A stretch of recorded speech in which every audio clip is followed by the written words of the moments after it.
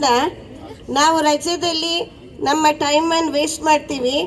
ಆ ಟೈಮಲ್ಲಿ ಮಕ್ಕಳು ಚಟುವಟಿಕೆಯಿಂದ ಕೂಡಿರಲಿ ಅಂಥೇಳಿ ರಜಾ ವಿದ್ ಮಜಾ ಅಂತೇಳಿ ಒಂದು ಪ್ರೋಗ್ರಾಮನ್ನು ಆನ್ಲೈನಲ್ಲಿ ಹಮ್ಮಿಕೊಂಡಿದ್ರು. ಅದರಲ್ಲಿ ನಮ್ಮ ಶಾಲೆಯ ಮಕ್ಕಳಿಗೆ ನಾವು ಲಿಂಕ್ ಕಳಿಸಿದ್ವಿ. ಅವರು ಅದರಲ್ಲಿ ವಿಡಿಯೋಗಳನ್ನು ಹಾಕಿ ಬಹುಮಾನಗಳನ್ನು ಪಡೆದಿದ್ದಾರೆ. ಇದರಲ್ಲಿ ನಂದಿತಾ ಎಸ್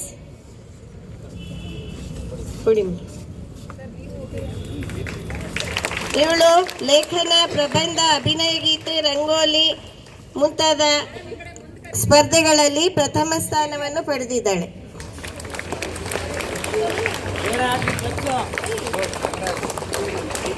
ಆಮೇಲೆ ಖುಷಿ, ಇವಳು ಕ್ಲೇ ಮಾಡೆಲಿಂಗ್, ಡ್ರಾಯಿಂಗ್ ಮುಂತಾದ ಸ್ಪರ್ಧೆಯಲ್ಲಿ ಭಾಗವಹಿಸಿ ಅವಳಿಗೆ ಪ್ರಥಮ ಬಹುಮಾನವನ್ನು ಕೊಟ್ಟಿದ್ದಾರೆ.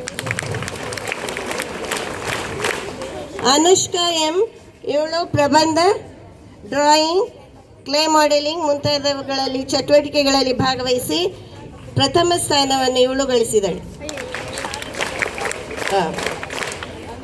ಅನುಷ್ಕಾ. ಶಾಲಿನಿ, ಇವಳು ಚಿತ್ರಕಲೆಯಲ್ಲಿ ಪ್ರಥಮ ಸ್ಥಾನವನ್ನು ಗಳಿಸಿದ್ದಾಳೆ.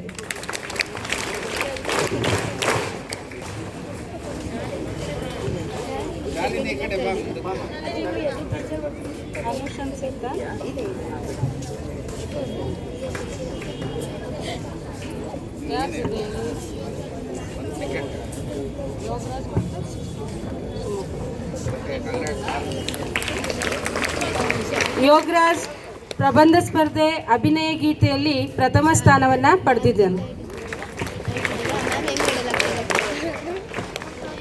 ಪ್ರಜ್ಞಾ ಎಸ್,